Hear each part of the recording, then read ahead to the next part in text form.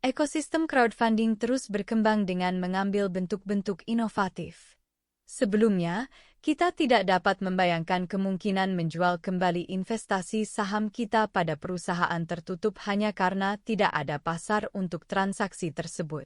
Berkat upaya yang diterapkan oleh beberapa penyelenggara securities crowdfunding, pasar sekunder untuk investasi ekuitas non-TBK akhirnya bisa dilaksanakan dan mayoritas pemodal bersukacita.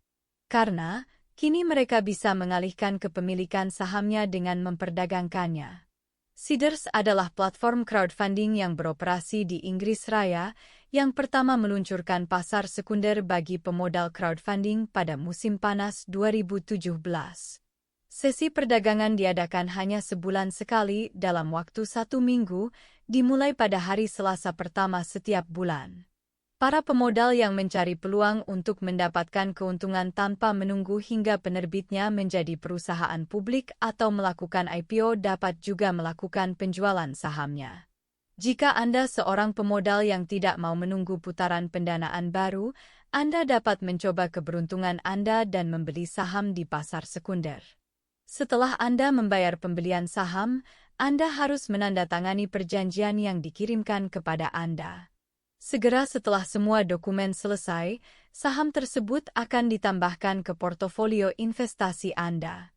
Market sekunder dalam securities crowdfunding memiliki beberapa manfaat bagi pemodal, antara lain: memberikan likuiditas bagi pemodal, memberikan kesempatan bagi pemodal untuk mendapatkan keuntungan dari kenaikan harga saham, memberikan kesempatan bagi pemodal untuk diversifikasi portofolionya.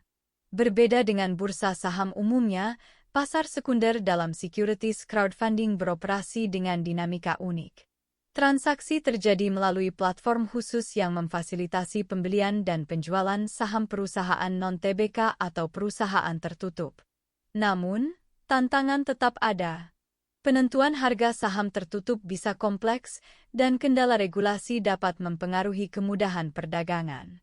Meskipun demikian, inovasi di ruang ini bertujuan untuk mengatasi masalah ini dan mendorong ekosistem pasar sekunder yang lebih kokoh. Pasar sekunder untuk securities crowdfunding cukup kompleks. Mungkin ini yang menjadi alasan mengapa belum ada pasar yang terorganisir. Proses pembelian dan penjualan harus transparan dan mudah, serta memiliki risiko seminimal mungkin. Paling tidak, POJK nomor 22 tahun 2019 tentang transaksi efek dan juga surat keputusan Direksi PT Bursa Efek Indonesia nomor 61 tahun 2021 tentang perdagangan efek bersifat ekuitas, ditambah surat keputusan Direksi PT Bursa Efek Indonesia nomor 98 tahun 2021 perihal perubahan pedoman perdagangan PT Bursa Efek Indonesia bisa menjadi referensi bagi pasar sekunder securities crowdfunding. Perlu dicatat bahwa tidak semua saham akan dibuka untuk diperdagangkan dan tentunya disesuaikan dengan persyaratan kelayakan. Sekalipun saham perusahaan Anda muncul di pasar sekunder, jumlah transaksi yang terjadi akan bergantung pada rasio penawaran dan permintaan. Melihat ke depan, pasar sekunder dalam securities crowdfunding diperkirakan akan berkembang. Dengan kemajuan teknologi dan kerangka regulasi, kita mengantisipasi peningkatan efisiensi dan aksesibilitas bagi pemodal dan penerbit.